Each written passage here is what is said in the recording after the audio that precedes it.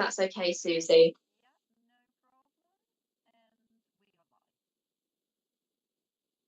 Thank you, Susie. Hello, everybody, and welcome to this meeting of the Cabinet of South Oxfordshire District Council. My name is Maggie Filipova-Rivers, and I am the chair. We're going to kick off with apologies for absence. Yes, thank you, Chair. I have not received any apologies for absence. Shall we do a roll call? Yep, gladly. So if members can please state whether they are present in the room or present online. So I'll start off with Councillor Peter Paul Barker. Present online. Thank you. Councillor Sue Cooper. Present in the room. Thank you. Councillor Maggie Filipova-Rivers. Present in the room. Thank you. Councillor Mike Giles. Oh, yes, in the room. Just say present in the room. Thank you. Councillor Christina Heritage. Present in the room. Thank you. Councillor Lee Rawlins. Present online.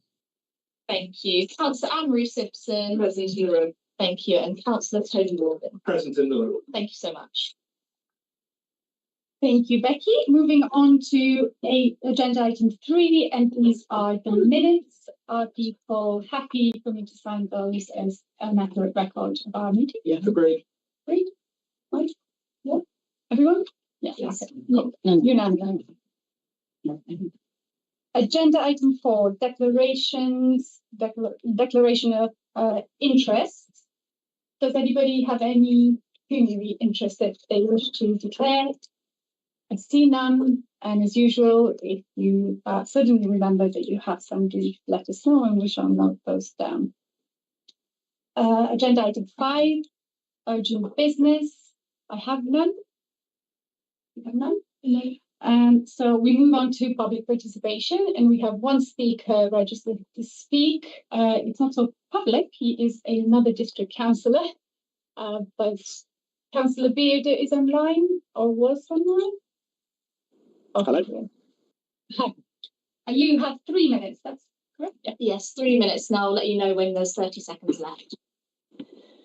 Yeah, well, I'm just I would like to speak about the DVLA seizure of untaxed road vehicles item. I'd like to thank Cabinet for bringing it forward from the motion that was unanimously voted on by full council, and you will have all been aware of the serious incident that was happened on Pettywell recently, and also in Littleworth in Wheatley, when there were 6 arrests.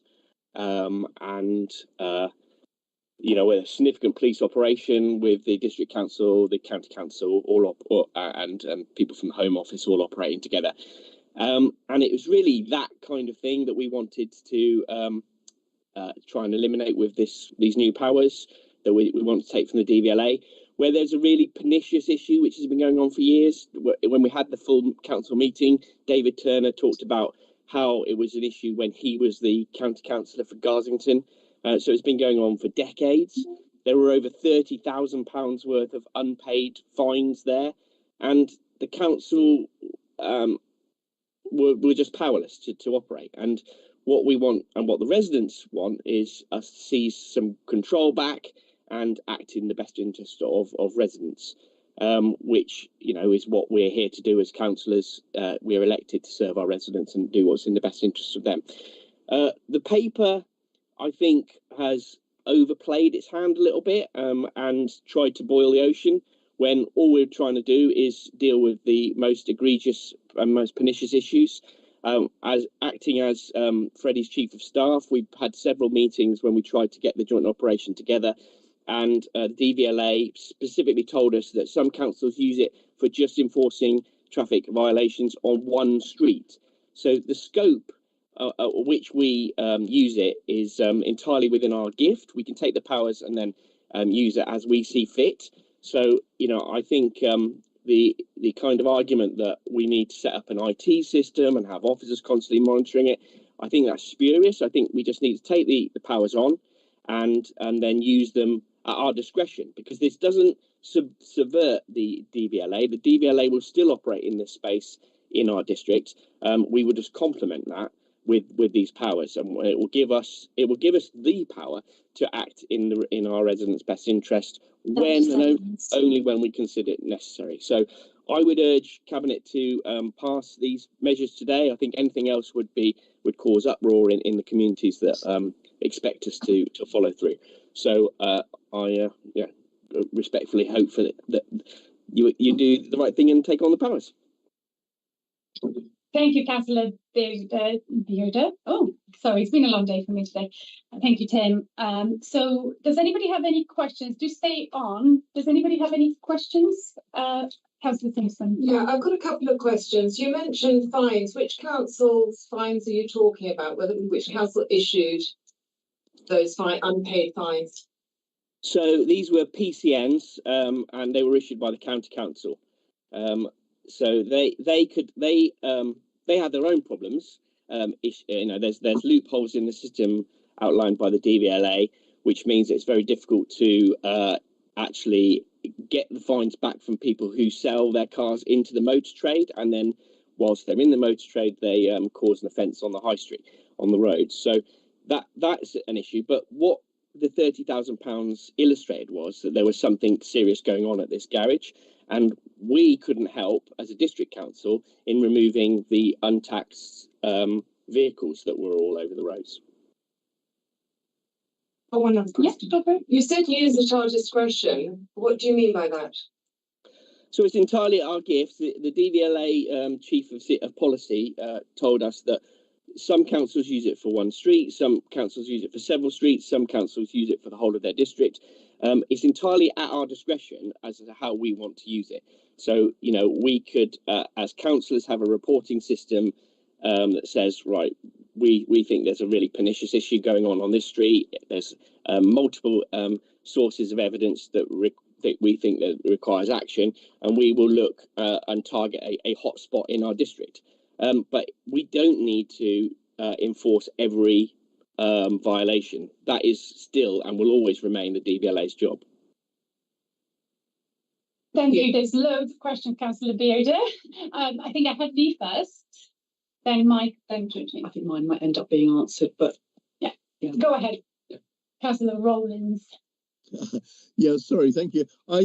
I'm supportive of this, and I think it's appropriate following the council's motion. But I am interested, the more I think about this, as to the responsibilities and legal peril of the garage, who seem to be the major actor in this. Because if in fact those cars are being put into those parking zones out on the street by a garage who is seemingly involved in some rather strange motor activity, shall we say, I understand that there is an issue about having the registered keeper having an obligation, and that we have difficulties here because the registered keepers don't appear to be easily identifiable as real people.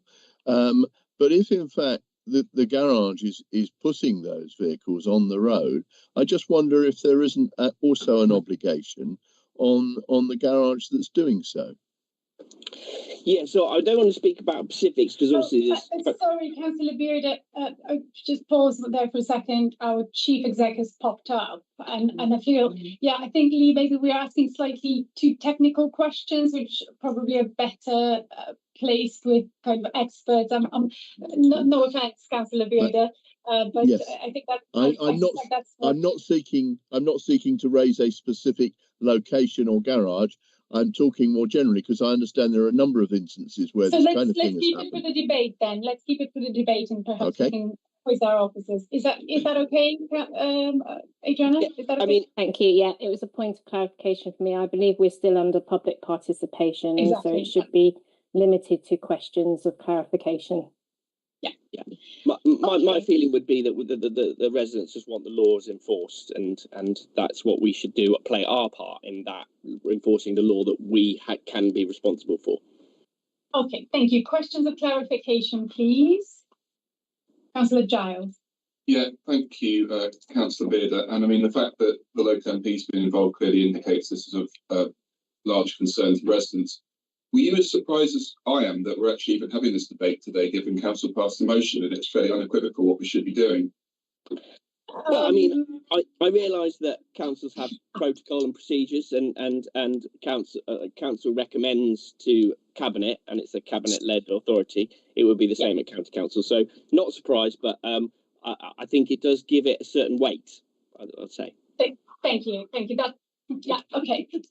Councillor Heritage. Well, I think my question was I wrote a question which was pretty much covered by Anne-Marie, by Councillor Simpson. So I'm just going to, just for absolute clarification, it's not that we have to prescribe streets at this stage.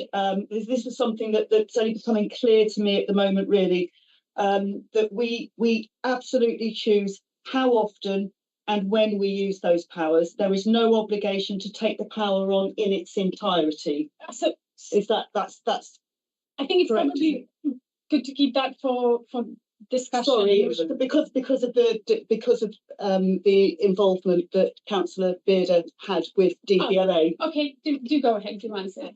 Yeah, that's my understanding. We've got the DVLA says we can use the powers as little or as much as we would like to use them. So it would be entirely within our discretion. I just wanted that clarification from DVLA as far as you understood it. I'm happy to talk about that further in debate. Thank you very much. Thank you, Councillor Bearder, aka DVLA expert. It's actually our next agenda item, so if you want to stay on and listen to the debate, please do. But you are also welcome to go. Release into the real world. Great. We don't have any more speakers. You've not got number 7 to do. Oh yes. Oh yeah, that's actually a good point. Shall we reorder the agenda? It's only short. Okay, it's only short. Okay, agenda item 7. We have recommendations and updates from other committees. We have a couple which should be somewhere in our packs. Yes, it should be in your main agenda pack. In the main agenda pack. Would you like me to give a summary? Yeah, that'd be lovely. Thank you. Yeah. So we did receive recommendations from Joint Scrutiny Committee, which met on the 23rd of February. So they considered the performance review of the council's car park operators, SABA. There was a comprehensive discussion, and they have come forward with 4 recommendations to cabinet as listed in the report. JAG also met and considered the statement of accounts, but there was no recommendations. So I'll open up for you to respond. Yeah, thank you. So we are not discussing any of those as part of the agenda, but just to say that I did attend both of those in a listening capacity. Yeah, the discussion of the SABA contract were really positive. Councillor Cooper was there, of course, to present, I think there were questions around the real living wage, and it was really quite encouraging to see that SABA are going to need that for this year. And I think it's really to the credit of scrutiny and other councillors that had been raising this issue. But for me, by far the kind of biggest impact is in the fact that they are finding it easier to hire enforcement officers because of the real living wage, and I think that is what they said themselves. And I think for those of you who have been on the council for some time, it was a concern because there was high turnover of staff and they were struggling to hire. So real benefit both for the individuals that are working there, and it sounded as well that there's lots of training and lots of good things happening to make them feel like a real team. So yeah. All in all, really positive discussion. I also attended JAG as well, nothing really to add. We had our consultants who presented on the external audit completion report, and there was some healthy discussions of things that we need to do. But that's it from me. We don't have members of JAG on this committee, but that's my summary of those sessions. Okay, we happy to any questions on those? No. Thank you. I'll note as that you agree with the scrutiny recommendations. Yeah.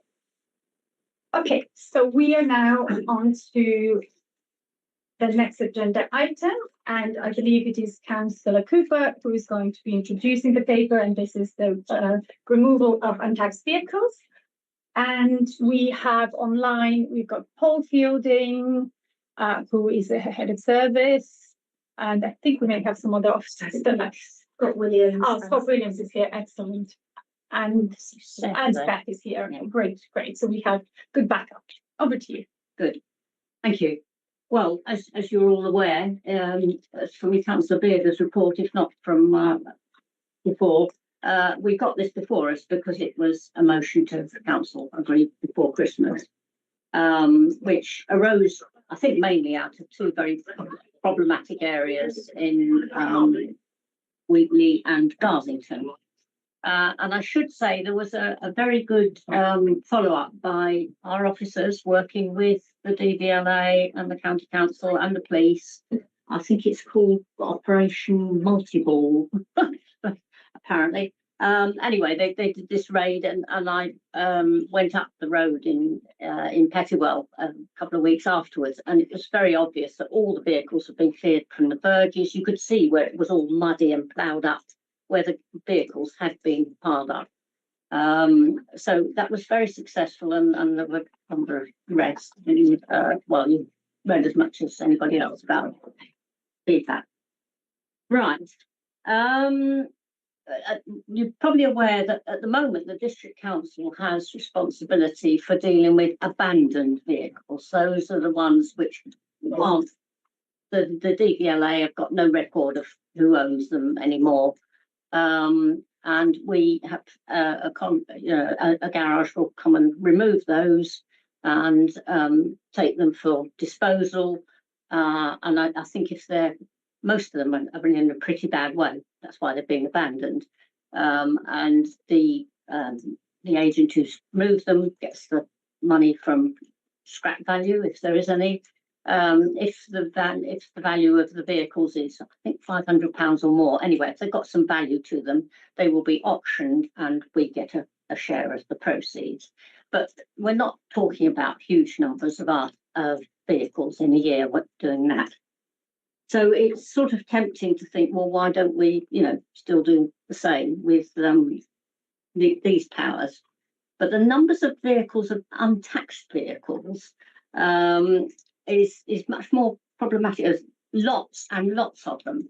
I must say, when we abandoned those little paper discs, that you used to have in front of your car, saying that, you got taxed until whatever date it was. And I thought, well, how are people going to keep a track? And, oh, no, it'll be self-monitoring, it'll be all right. And I think maybe I've spent too much time watching the dirty business programs about self-monitoring and how it doesn't always work. So at the moment, there's very little done chasing up people with untaxed vehicles. So at one extreme, there are thousands of these vehicles around the place. The other extreme is, and what I think Councillor Bearder is wanting to address, is really problematic ones that have been there a long time or in a particularly awkward position.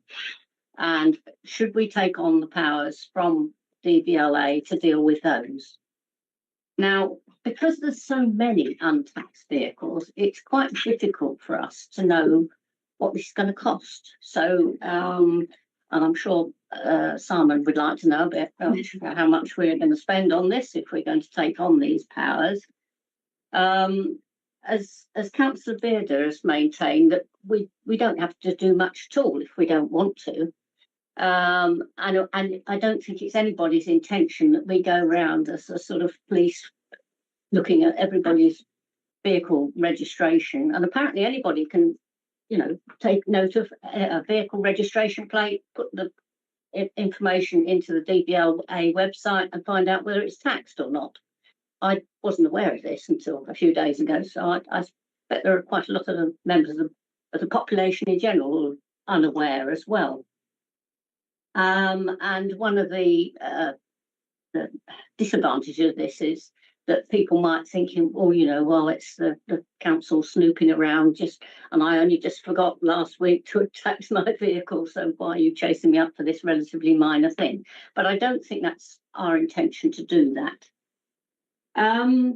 Anyway, there are still quite a lot of unknowns. We've got a very comprehensive paper, and thank you very much to our officers who've produced this.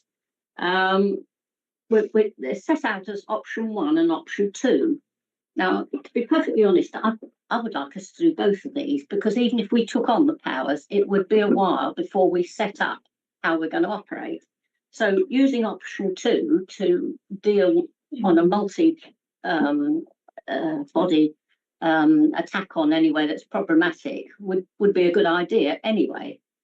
For option 1, I mean, what's it actually say? For South Oxfordshire District Council to take on devolved duties from the DVLA and become a devolved power partner to remove untaxed road vehicles within South Oxfordshire, subject to completion of a procurement process and the establishment of costs by the Head of Housing and the Environment in consultation with the Cabinet Member for the Environment. In other words, I will attempt to get more information on what it might cost us and what arrangements we would need to set up in advance for removing offending vehicles. But I'd really be interested to know what other people think. But there's the usual argument comes up in the paper on, oh, well, it's not worth doing this with LGR just round the corner. On the other hand, you could regard the period between now and when we actually get to LGR as a good trial run. So, you know, you can read that either way. I'm not swayed one way or the other by that. As I say, there's quite a lot of unknowns that in the paper. It makes reference to Oxford City Council, and they apparently make some loss, but we've no idea how much. Likewise, it mentions North Devon as making a profit from doing this, because there are fines involved and storage costs, as well as towing away costs and all sorts of other things that have got to be taken into account. But we don't know how much profit they make out of it, or indeed how. I mean, we know the difference between us and Oxford City. I don't know North Devon that well. I think it's even more rural than we are. So personally, I feel there's a lot more questions I would like answered. And obviously, I will make attempts to feed back to other members when I know more myself. So, in the meantime, what do you think of the principle? I think is what we want to decide today. Thank you, Councillor Cooper. At this point, any of the officers, do you want to make any more comments? You may want to address. Oh, nobody's popping up. Oh, yeah, here we go. Yeah, hello, Cabinet. No particular comments from me at this time, but happy to take any questions that you have as you kind of have your debate. Thank you very much, Paul and Seth and Scott. Okay, so we're into questions. Councillor Rawlings, questions rather than comments, and then we'll go into debate a little bit after that. I think it was Councillor Heritage that was first. If it's okay, I would just like to revert to the question that I asked Councillor Bearder, because I just wanted to understand what his understanding was from the conversations he'd had, and by the same token, I'd like to understand the understanding from our officers, because I think it's important that we fully know what we fully appreciate what we're doing here before we vote for it, and I think the problem is that I'm not entirely clear. I can see that there's been a great deal of work on this paper, and I do thank the officers for that. I'd just like to clarify the scope of power, if you like. Would officers be able to respond to that? I think it would be helpful to repeat the question. Sorry, I do apologise. In terms of the scope of power, should we take this responsibility on? Councillor Beard suggested that in his conversations we can take on that responsibility only when necessary. And just to clarify, could we just confirm that it's not pre-prescribed, if you like, that we can take this power, we don't have to take the power on in its entirety, that we can pick it up and put it down to suit ourselves? I think Sue wants to come in, Paul, and then Can I, give my answer, because it's important I understand it as well, and then Paul can correct anything I say it's not right. We wouldn't be alone in having these powers. The police have already got these powers if they want to use them. The county council could, if they wanted to, take the powers on, but they don't want to at this stage, we are informed. You take the powers. Powers are different from duties. Duties are things you've got to do. Powers are things you can do if you want to. So we could take on the power, do absolutely nothing about it. That's a bit stupid, because why would you bother? On the other hand, you don't have to designate that you're going to only do it in Garsington or wherever else, or only in Didcot or any other place. So it's a district-wide thing you would take on, and you can do it if and when you deem it necessary. Thank you so much. Is that right, Paul? Please, Paul. Yeah, and I think from previous conversation, my understanding is that the kind of policy around what we do is yet to be worked out, and that would be Nick is nodding at kind of for a next stage. So I guess at the moment, and I think it is important. Am I correct in my thinking? Is also 3 questions in one go. You're nodding. Okay, great. Yeah, the operational policy. It's recommendation B. I think that if you chose option 1, that we would develop the operational policy.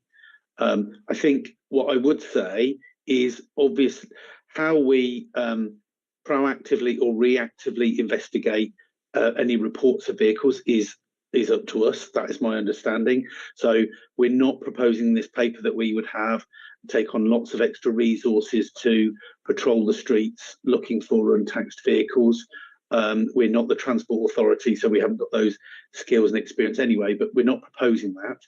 But we would want to be consistent in how we would deal with reports that came to us of an untaxed vehicle. So we would handle any reports in exactly the same way. So the policy would need to get to the details of that. But what I don't see us doing, and I see Nick is on the call and I'm sure would articulate this much better than me, is that we would start picking and choosing when we would get involved in working with the DVLA on the removal of a vehicle or not. If it's a vehicle that's untaxed and we've gone through, checked with the DVLA are telling us that we can do a removal, we would do a removal wherever that was in the district and whatever situation that was in. That's my understanding. Yeah, in accordance with the policy. Nick, did you want to make, is that exhaustive? Well, nearly. I think, look, firstly, yes, just to confirm from the legal perspective, everything Paul said, Mr. Fielding said is absolutely spot on. And the difference between a power and a duty are clear, I think, for everyone. The reason that the policy side is so important is that the risk of challenge to using an enforcement power is if you're not acting in a consistent way.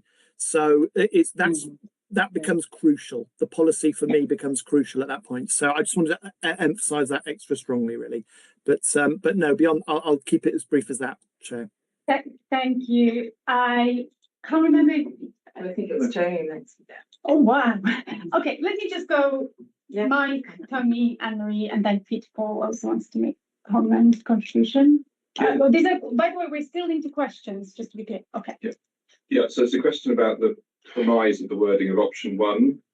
It says subject to the completion of a procurement process and establishment of costs. I'm just wondering, can we not just speak to the existing provider of services for removing vehicles that have been abandoned and just see if they'll just tweak the contract rather than creating a complicated procurement process which could delay this by months? Yeah, thank you, Councillor Giles. I think what we Paul's popped up again. I think that is covered in the report, and I think I wish we could, but over to you, or Sue or Paul. Well, Paul can give the detail. I mean, the point is it's not quite the same. Sorry. Go ahead, Paul. Go ahead. Sorry, Councillor Cooper. I was just going to confirm. I think what you were going to say that where we don't currently have a contract for removal of abandoned vehicles. We do that on spot work, which is fine, the legislation. My understanding is that the DVLA, if we took on these powers, requires us to have a contractor that can be audited and can be followed through. So we can't take on take that on in the same way. We would need to have some form of contractual arrangement. Now, subject to if it was approved, we would look at how we would maybe do a pilot or a trial or something that enabled us to have a contractor, but one that isn't necessarily, we're not tied into for any huge length of time or any cost, but we would need to meet with the DVLA's requirements on who we would have removing the vehicles. I think that sounds like an excellent idea, and it definitely gives me comfort. Tony, Councillor Morgan. Yeah, just a point of clarification, please. I believe that if we decided to proceed with option 1, where we take on the responsibilities, at that point the DVLA would no longer do anything. Not that we might think that they've done a huge amount today anyway, but the DVLA would no longer do this, and any action taken in South Oxfordshire would have to be by SODC or Thames Valley Police. There would be no further action from the DVLA. Is that correct? Is that correct? Oh, I think. Yeah. You may want to stay on there for the foreseeable few minutes. Thank you. Thank you very much. But the police still have those powers, and other agencies. Yeah. So my questions are looking at paragraph 48 and 49. The DVLA would normally expect, because we're two-tier authority, I guess, otherwise they could just hand it to the unitary that has highways, but they would look at on that basis, we'd recommend that both the district and county councils adopt the devolved powers separately. Now, paragraph 49 says that there has been communication with OCC and they do not wish to take on these powers. What reason was given to our officers for them not wishing to take on these powers, please? I can probably answer that, but you go ahead, Paul, from your perspective, OCC conversation. Yeah, myself and Suzanne Malcolm did have initial conversations with officers from the county council about this as we were developing the paper. I was in contact with them early in the new year as the paper was coming to fruition, asking them whether they were interested still in pursuing that option. We thought that might be a third option within this paper. They came back and said that they didn't want to pursue that at this time. It wasn't something that they had backing for internally. So we didn't pursue that option further at that point because we needed to bring this report forward. Thank you. Yeah, I do have another question. So paragraph 72 says the full council motion was not recommended by officers at that time. What was the reason given at the time for officers not giving a recommendation? I'm conscious that we should listen to officer advice as councillors, so I'm just curious as to what that advice was.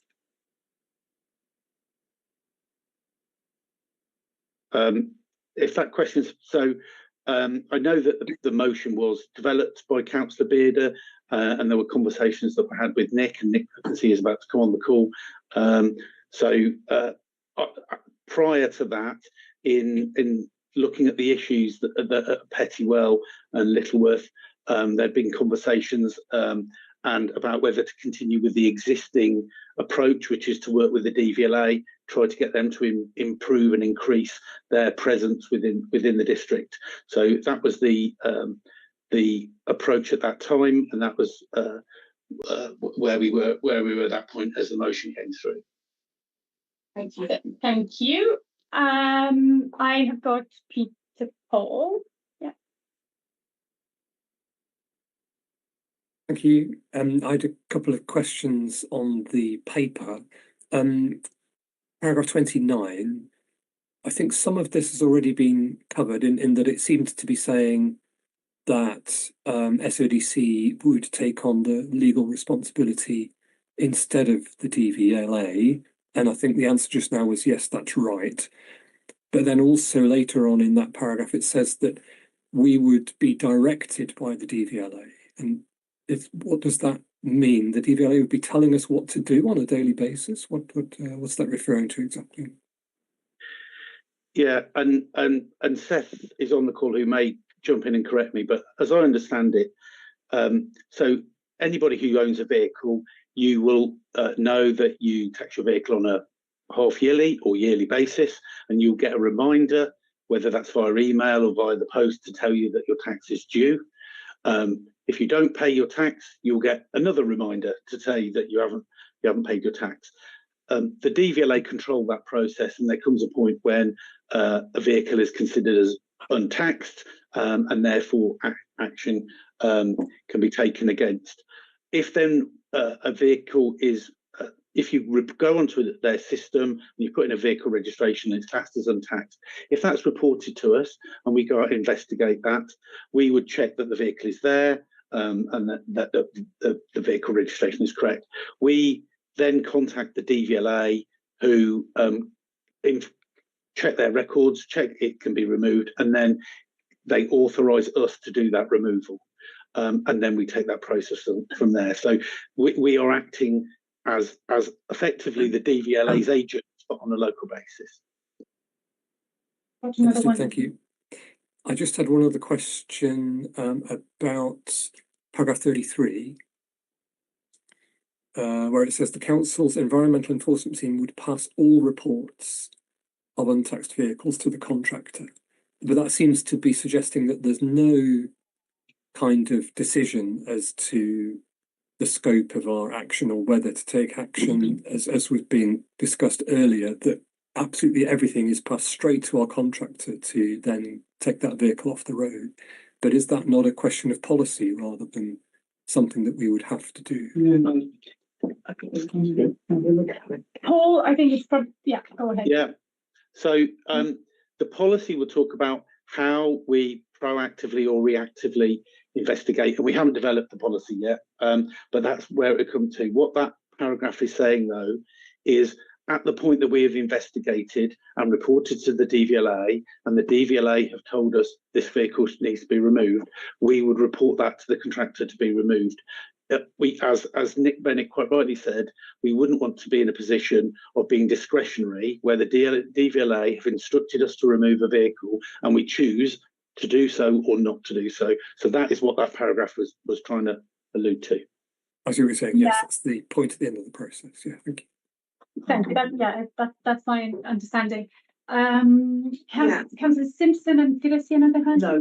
Okay. Yeah, no, it's paragraph 29, which has been touched on, but it's actually the end of that paragraph that I just want to understand a bit better, because it said, if adopted, the local authority will take on the legal responsibility to take enforcement action on any and all reported untaxed vehicles in the road and area as directed by DVLA.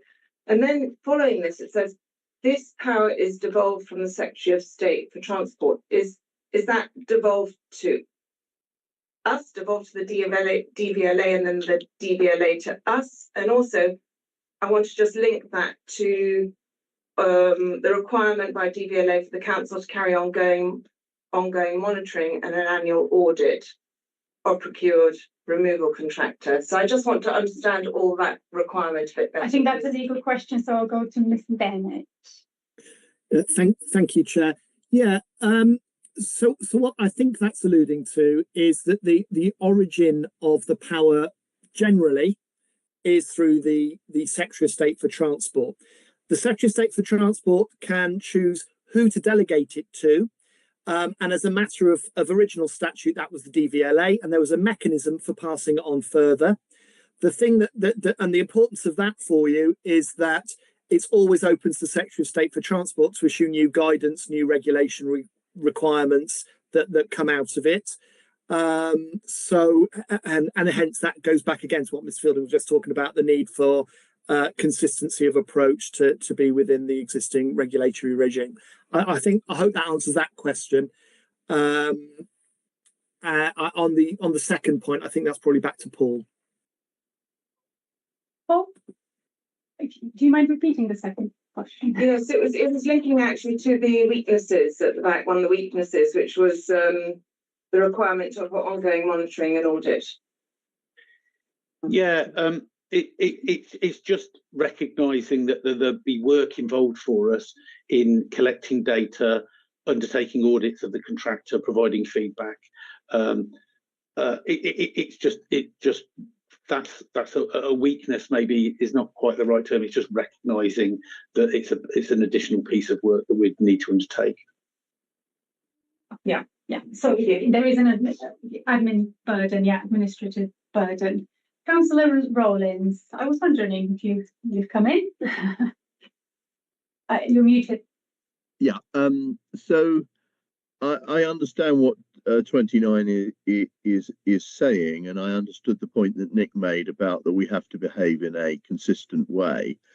In my ideal, and I don't know if this is possible, but in my ideal, we would be an authorised agent of the DVLA, but not the sole one, in such a way that they would never look at an untaxed vehicle again in our particular part of the world. And secondly, I would hope and think that we could have a sensible process, which, as Nick suggested, can be consistent, but is light touch. In other words, if somebody, perhaps maliciously, spots that their neighbour's car isn't taxed, and they report it, I would hate to think that we're going to just blithely send a contractor to pick it up, put it on the back of a tow truck, and take it away without noticing that the registered keeper's address is right next door to where the car is, and that the sensible thing would be to ask that person to deal with the untaxed nature of their vehicle. Is there a question? And to make, yeah, it is a question, because I'm asking what flexibility we have and whether we can't have such a light touch process that we don't get ourselves into upsetting people unduly by not giving them reasonable opportunity if they've inadvertently left their car untaxed for a week, as opposed to some persistent and pernicious problems that we've been hearing about. You're right in the policy. I think that may be part of the policy, but I don't see anyone wanting to jumping in. I think it's probably Nick more than anyone. Sorry, Nick. No, I get all the good ones, Councillor Rawlins. It's fine.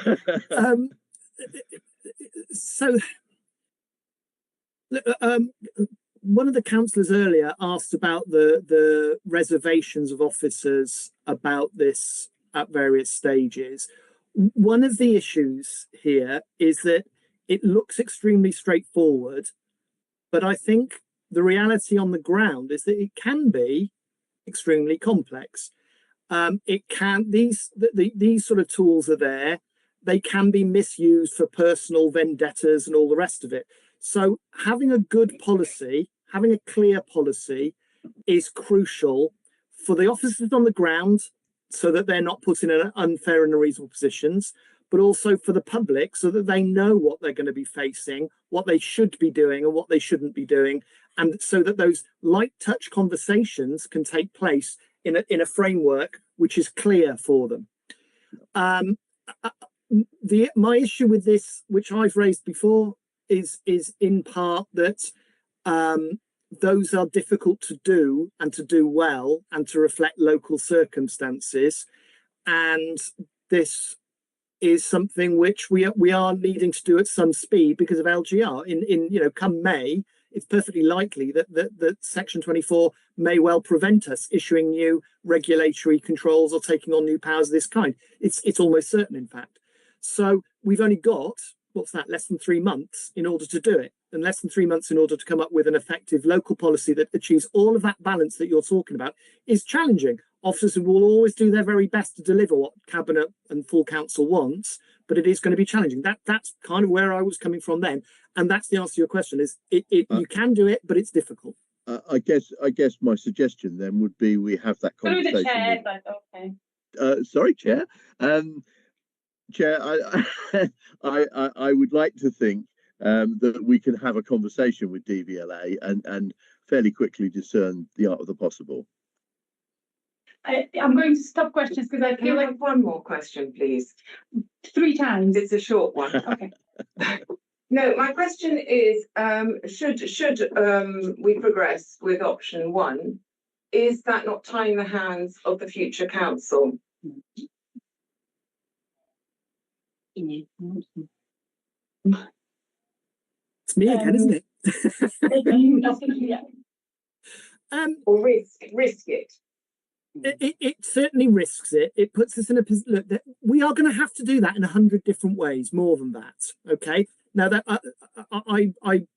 I've seen some academic research that says that a council has something like 16,000 different enforcement powers, and we're going to have to do that balancing.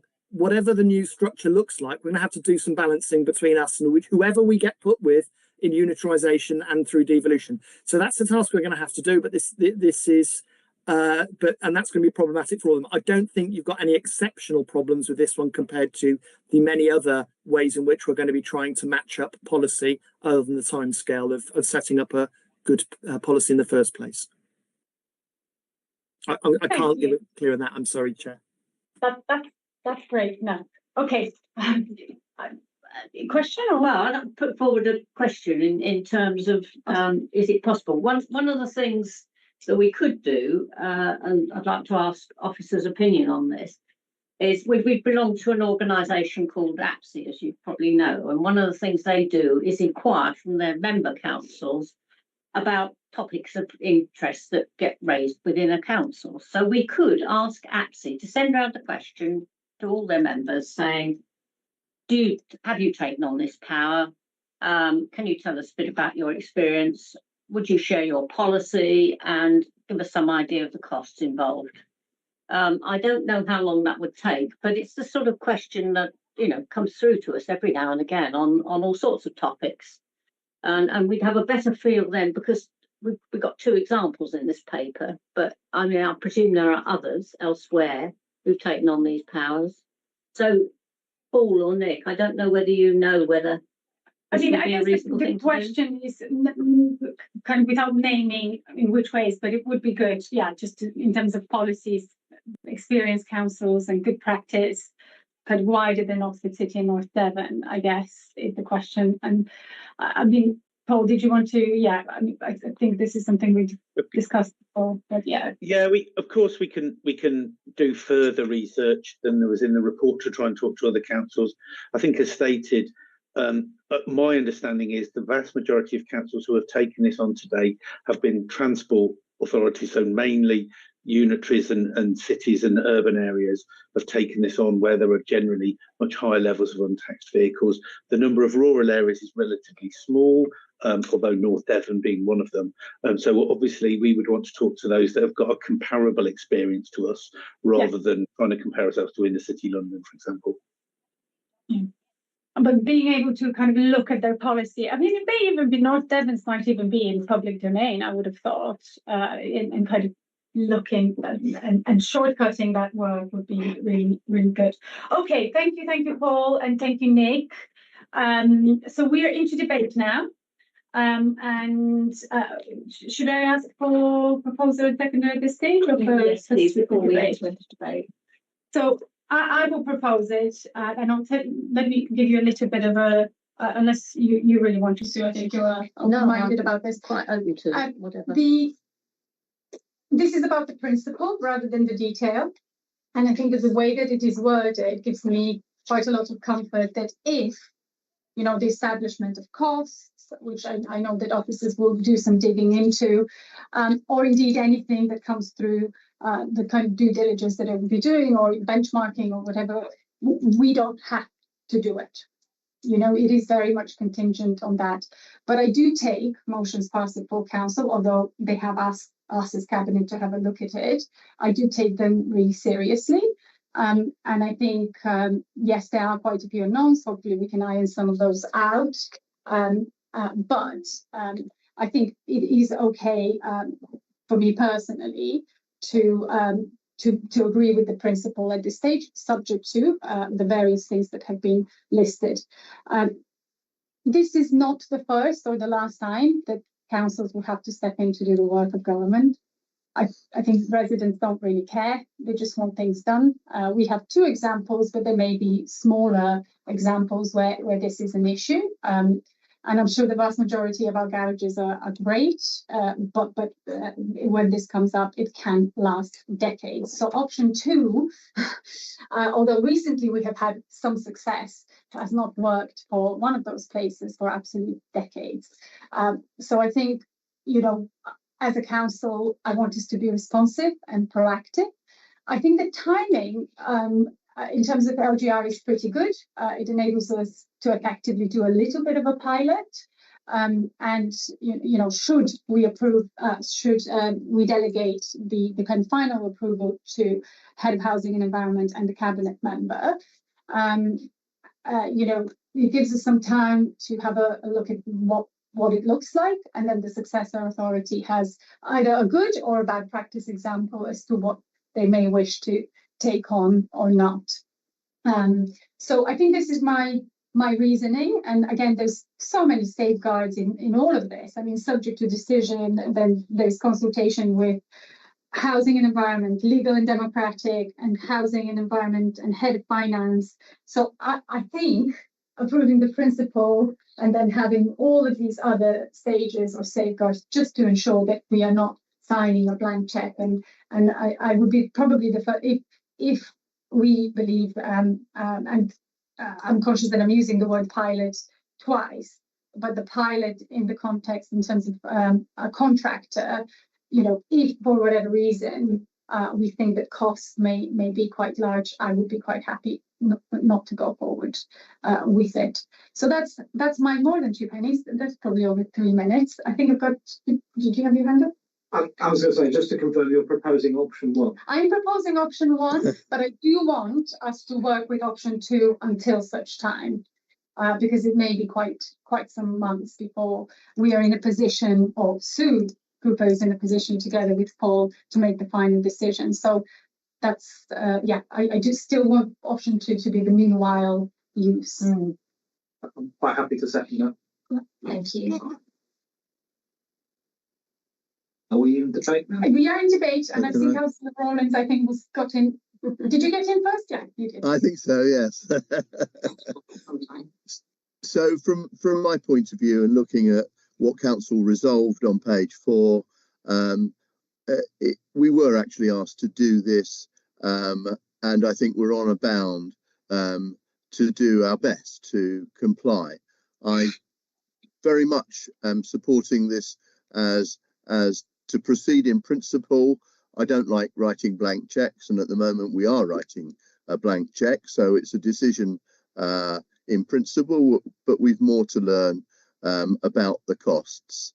I'd hope to think that under option 1 we could ultimately get to have one contractor both for abandoned and untaxed problem vehicles. I hope that we will try and keep it simple, that we'll be light touch, and that we'll be able to initially put in a limited period and value to minimise the procurement problems. It does seem to have worked in another rural district council in North Devon, where they report that they made a small surplus.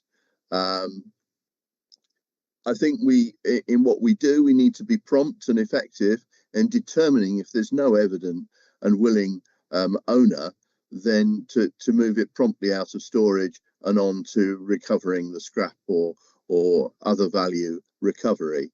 As I said before, I hope that in discussion with DVLA, we might be able to have a fairly light touch and not be the sole agent, and not be in a situation where somehow we owe a general sweep of untaxed vehicles in our district. I do take the point that all of this is under vehicle excise duty regs, and so it's not straightforwardly a criminal type situation. It is simply about the ability to take vehicles off the road if they are untaxed and providing a persistent problem. In as much as bad actors or unusual garages are anywhere behind this, I would just love to find a way in which we could have them called to account for what they are doing. But fundamentally, I think this is right for our residents if we can make it work, I don't want to write a blank check, but I absolutely think we should, in principle, try and take this forward and be open to listen to officers if they come back with extraordinary difficulties. Thank you. Very good. Councillor Heritage? I just wanted to mention that I came into this room with some questions and concerns about this proposal. I'm very supportive of it in principle, but I've had some questions about the devil's always in the detail. And I'm really glad that you mentioned safeguards, because I think that really kind of resonated with me. It's all about getting the policy right. And I still have some questions, but I don't have the concerns that I came into this room with. I feel that they have been addressed, and I feel confident that we can deal with of course, it's something that's still fairly unknown to us, but I now feel confident that we can move forward and deal with this one step at a time and produce something that could be very beneficial to our residents. So I'm happy to support this. Thank you, Councillor Heritage. I'll go with Anne-Marie first. Yeah. So this started with a political motion to council. We are all politicians after all, and that's what motions tend to be, our political will coming to council. I've come with questions. I had questions at the time, and I remain having questions today, which I'm very grateful to both Councillor Bearder and to the officers for answering. I am not convinced myself that option one is necessary. If I look back to the council motion, there was a particular issue that council motion was focused on, which I think I've heard tonight, and I understand our current system working closely with DVLA and the police seems to have worked. So if that's the objective, then I'm not convinced that option one is the way to go. I mean, as I see it, it's a political project that currently falls outside of the council's statutory responsibilities at a time of LGR. I think we have a responsibility to our residents, of course I do, and I'm picking up the upset from residents where these situations have arisen. But we also have a responsibility to residents to have best value, give best value, and we have limited resources which are under pressure also at the moment because of all the work, particularly around LGR. So for me, I am particularly worried about the potential discriminatory nature of handling the reports. I think that could open us up to risk. And at the end of the day, politics includes the understanding that choices have consequences. And the trick is seizing the good opportunities while avoiding the downsides. And unfortunately, I see too many potential downsides here. So I can't support it, I'm afraid. Option one, I go for option two. Thank you. Yeah. Yeah, thank you. Well, I mean, I am supportive, and I think it was an important motion that was put forward by Councillor Beard at the time. I think there's been some heat rather than light from today, actually, I would say. I mean, the DVLA has put in writing that if we take on this, we can operate this however we wish to. So there's no diktat from DVLA that's saying you've got to go and get all these cars.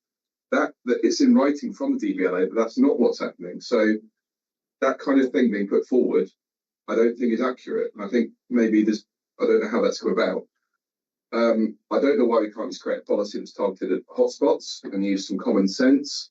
We're not there to be charging around the district, finding every single car and expending lots of time and cost. We're there to tackle issues that are identified. And if a car's overdue by one day, I mean, we're not going to go and get that car, but we're going to have a sensible policy. I don't think it should be complicated to do that either. And I mean, there's been talk about costs as well. I mean, one council's made money from this and one's lost a bit of money. So we don't even know it's going to cost money. We might even raise money from doing it.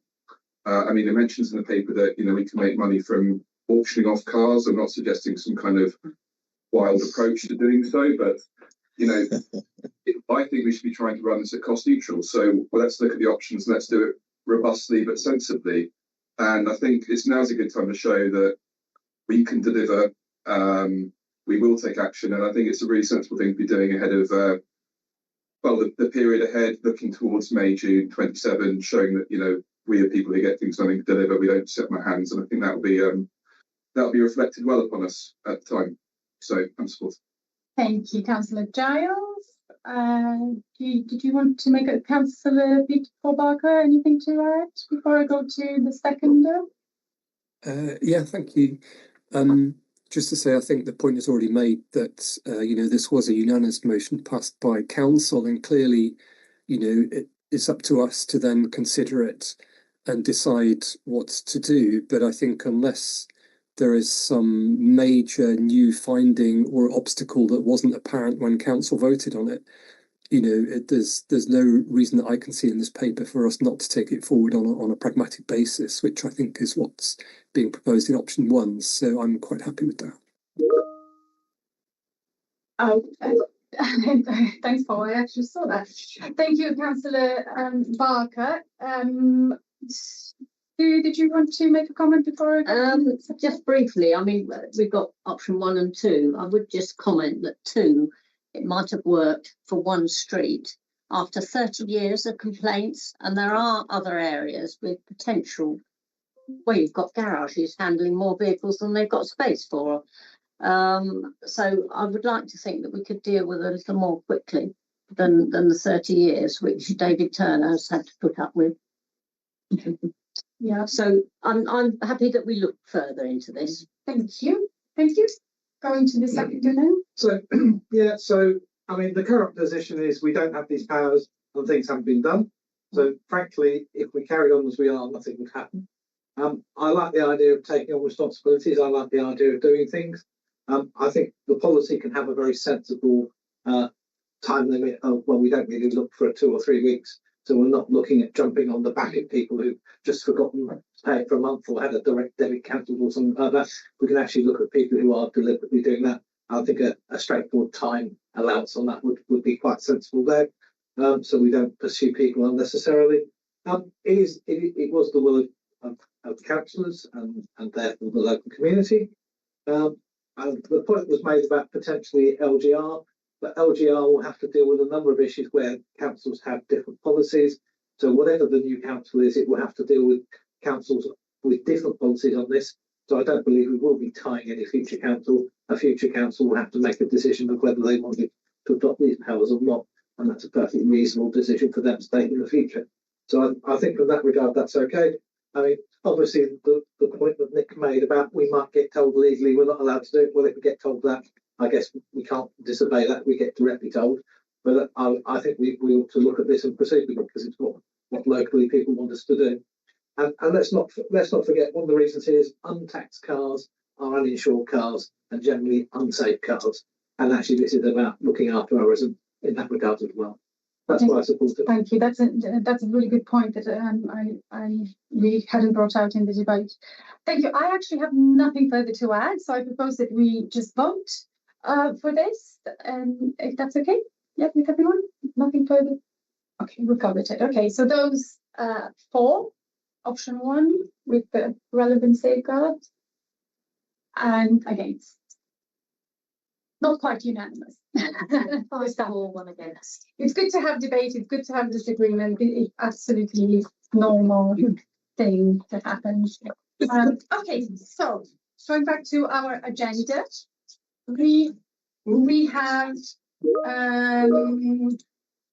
agenda item 9, which is the revenue and Barenfield grant policies extension. This is an exciting one, and we have our officers here with us. Cheryl and welcome. Thank you. Great. Are you introduced? It's Georgina, actually. I know. I had a worry that I didn't. I am so sorry about heritage. Just to clarify, this is because obviously Barenfield is the guiding. Yes, I know. I understand that. But yes, I'm sure Councillor Simpson. I think it's the word grant that. No, I'm very pleased to introduce this one, and I'm sure Councillor Simpson would have felt the same had she been in the position to do so. I'd very much like to seek approval from the group today, the Cabinet Group, to extend the current revenue and Beresfield grant policies for an extra year or until vesting date. So revenue funding for both schemes will currently end on the 31st of March 2027. And that's not actually a long time away. We have to look ahead and consider our options now due to LGR. LGR restrictions wouldn't allow us to open the schemes again for new recipients to apply for in the next within the next 2 years, to 26-27, to be funded in 27-28 or until the new authority. So with that in mind, we can't open a scheme again for new recipients, and this would result in 21 organisations, including, for example, Citizens Advice Bureau. They would no longer receive revenue funding to provide their core services. So, or at least not until the time that the shadow authority could consider if they wish to continue a similar scheme to provide funding for voluntary and community sector organisations with this focus. The impact of gaps in funding could mean that some of these organisations close or at least significantly reduce their services to our residents. So extending the policies for a further year or until vesting date will ensure continuity of funding to the current grant recipients, which I think is very important. This will provide stability to the organisations, and importantly, it will provide stability for our residents who use their services. So along with reducing the financial pressure on the organisations, extending these grant policies and allowing the voluntary sector to continue to provide these services, it also reduces the likelihood of residents needing to come to the council for support. So it's win-win for all organisations and for residents, of course. There are no new financial implications because what we would be doing is extending the policies. The funding is already budgeted for in the medium-term financial plan. Although the funding is already budgeted, we still need a mechanism in place to allow us to continue to fund the current organisations. So extending the current policy felt like the most straightforward and effective way to do this. But I'm very, very supportive of this, and I think will be a great benefit. But I do welcome your views on these proposals, and obviously officers are here to answer any questions that you might have about them. Any technical questions can go to our officers. So we're into questions. Does anybody have any questions for our officers? They are here in person, so I feel like we should ask some questions. Councillor Jarrett. Yeah, well, firstly, thanks to whoever spotted this issue. I've got a wider question. Have we done such an approach to make sure that there isn't anything else that's going to fall through the cracks in respect to LGR, to make sure that if there's any other decisions we need to take in the next couple of months, we do them, because something else could fall through the cracks like this might have done? Well, this is with grants in particular, yeah. Grants, anything, but yeah. If it's in relation to the grants, then we have had a discussion with Nick Bennett on which schemes that this would be appropriate to be able to do this for. And it's okay where there's sort of like ongoing funding that's already in place. And the issue would be for us to be setting up new schemes could be an issue. I'm just trying to think yeah, okay. I always go to Councillor Bennett there, Mr. Bennett. Oh, you've got a wagging finger. We do have a Councillor Bennett, to be honest. Oh, face. Is that a demotion? I'm not going near that, Councillor Rawlins. Yeah, no. Look, I just wanted to support the officer. They have already been instructing legal. We'll be doing a fair bit of work around exactly what the restrictions are, and as they go forwards, to make sure that they can avoid, as you say, things slipping through the gaps. They've done a lot of work, I have to say, and I want to acknowledge that in looking at making sure that we can do as much as we can and to carry out their role supporting your community, our community, to the best of their ability. So Look, nothing's perfect, but they are absolutely focused on that, and hence this, and hence a wider look that they did with me. And I was very grateful for the instructions that they gave me on it. They're obviously very motivated and working very hard to make sure that those problems don't happen. We'll still be with them. We'll see what happens as the LGR moves forwards. But we're very focused, as you know, as officers, on delivering. So I don't think you need to worry too much about it, and we will continue to liaise between legal and the department going forwards. And just reassure you on that, really. I have a question as well, question/comment. Just to say, I totally take your point about new grant schemes, but I think we've got plenty. I think we're all set. Yeah. I think that's true. I mean, what worries me, and you probably don't have answers to this, but necessarily, but it's what happens beyond LGR with these organisations. I mean, looking at the Citizens Advice Fund, that is I think maybe other organisations with these smaller amounts would potentially be able to kind of fundraise and find the funds elsewhere. But actually, Citizens Advice is a particular worry for me. I think they're really up there. So I guess the question is, have you had conversations with them around financial sustainability beyond the abolition of the council? I mean, I remember from my time with you guys that these were conversations you've had all the time. But I'm very conscious that the need has expanded quite significantly because of cost of living, and with everything happening in the world, I don't think that need is going to go down. And so any comfort you can offer that they are not going to be left. Yeah, I mean, they've taken considerable measures over the last 10 years, really, in coming together and not having their very small individual offices in towns. They came together across Southern Vale initially to merge, and more recently they've now become the more Oxfordshire-wide CAB. So they are obviously looking at their operational costs very seriously to make themselves as cost effective as they can. We continue to work with them across the board in different aspects, but one of the questions on all of our grant monitoring is around sustainability. And our grants officers and Cheryl's team would be asking every organisation, what is your funding plan? What are you doing to try and get other funding in? How can you save money? As well as other questions around like climate change and things like that. And as part of that whole debate, they will be advising those organisations on where else they might be able to go for funding. So we really try to offer not just a grant, but more of a support model as well, so that they, we can do as much as we can to direct them and help them. And Cheryl is about to embark on a number of funding sessions over the next few months, where we offer appointments for anybody to come along and talk to one of the experienced grants officers to direct them on which might be the best grant pot for them to go to. This paper was brought very early on. We think we're really pleased that we've managed to bring this to you now before we get too far down the road, and actually it was too late to do anything, and we could see that cliff edge happening coming up with LGR. And obviously the new cabinet, when it comes in post, is going to have so many priorities.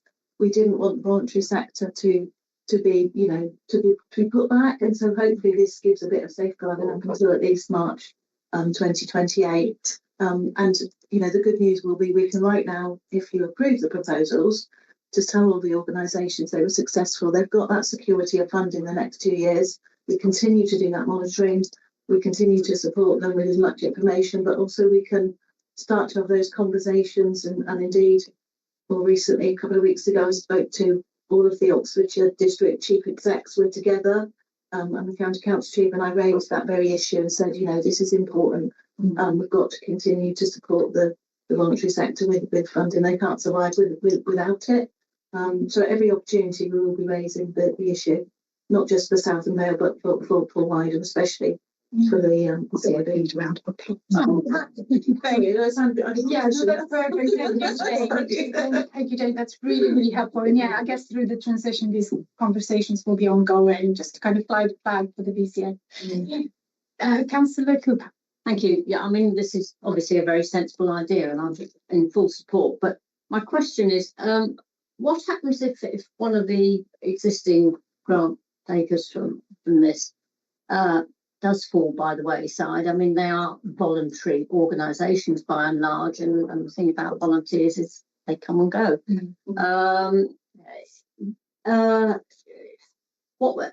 There would then be a small pot of money available. Is it possible that that could be allocated to some other deserving cause? I mean, I'm well aware, I sat on the grants committee when the last lot of grants went through, and I think others have done as well, and very aware how much they value our grants and how much they want them, and we weren't able to give everybody grants. So I mean, I hope our existing ones, they all sounded very worthy. Are they all? I presume you monitor them, and so you think they are viable at the moment. But so to summarise the question, yes, to summarise the question is: what happens if can the money be repurposed if sadly one of these organisations happens to close? Can it be repurposed so that it's used within the voluntary sector? And it may also be a question for Simon, but I don't know whether you know this. Nick will correct me if I'm wrong, if he's still on the call. But my understanding is no, we wouldn't be able to bring any new organisations in because of local government reorganisation. How about existing ones, giving it to some of the ones that are already involved? Yes, I guess that's certainly a discussion that we could have with legal to make sure that would be okay. But that might be quite tricky in terms of deciding, well, who of those existing organisations that we are funding, how could we determine who we gave that money to? Or you might even have a successor organisation to the one that have gone down, because often get fallings out. So new is a no. Yes. So it's a no for new ones, but I think the observation I'd make is you're actually quoting specific figures for organisations in here, so it would have to be a new decision in any event. I don't think it would be officers just going to decide that. We'd have to come back and have a decision. Then you'd be into all the LGR rules that may or may not apply at that moment. Nick's come on to correct me though. No, thumbs up. No, I just came on to agree with Simon. Look, I think what this is coming to you because of good due diligence by the officers, taking control and making sure that you as members have control over the way in which you want money to be spent up until the new authority, and to make sure you've got the maximum spread of powers you're able to within the legislation. I think we struggle with anything that goes into the new, and I know we will look at it, and if there was a case that came up as a one-off, we could look at it. But we're going to be very limited on it with the way in which your budget envelope is designed, and Simon is spot on. So I'll go quiet again there, Chair. Thank you very much. So I guess it's a little bit of a cross that bridge because we'll have the kind of guidance around LGR, and let's hope we don't come to that bridge because we do like these organisations, which is why they were awarded. Other questions? No? Any questions? No questions. So we are into debate. Thank you so much for coming for these two questions. So we are into debate, and I'm going to ask for proposal and seconder. I suspect you're proposing. Yeah. And Councillor Simpson can second. And I think Tony wanted to come in. Heritage is proposed. She has proposed, yeah. Oh, I thought you wanted to come into the debate. Oh, okay. Okay, that's fine. Do we have debate, or are we going to vote? Or no? After debate, you just have to say what a sensible idea it is. Sorry. Yes. Sorry, because I've just put yes. Look, I think it's an eminently sensible idea. I do just want to thank officers for their work, and I should have done that in my introduction, because I never underestimate the level of dedication that they put in, and this team, I don't want to say especially, because I know all officers of this council work very hard and they're all fabulous, but they really are a very impressive team, and thank you so much, not just for the level of work you put into this and for preempting this, but for the reasons you do it as well. So I wanted to do that anyway, and I think these grant schemes are very special grant schemes, and I truly believe they deserve to continue, and I think they are an example to future councils. So I hope that you're as supportive as I am.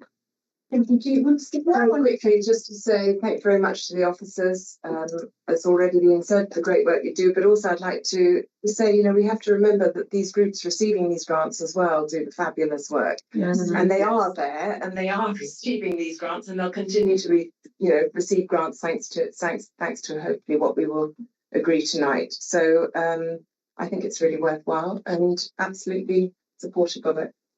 Thank you.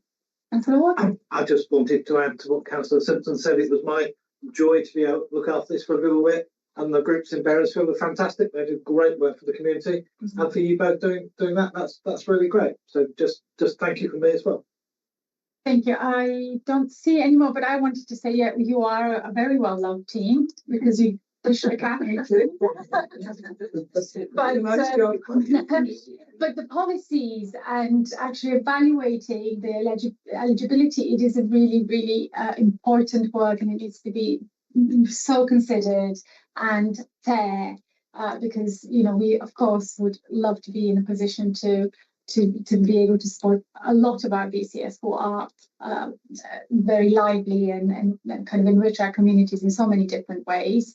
I think, yeah, absolutely, this is a very sensible thing to do. And yeah, I just wanted to say, when we first started, when I was cabinet member for this area, we had 3 grant schemes. And how many do we have now?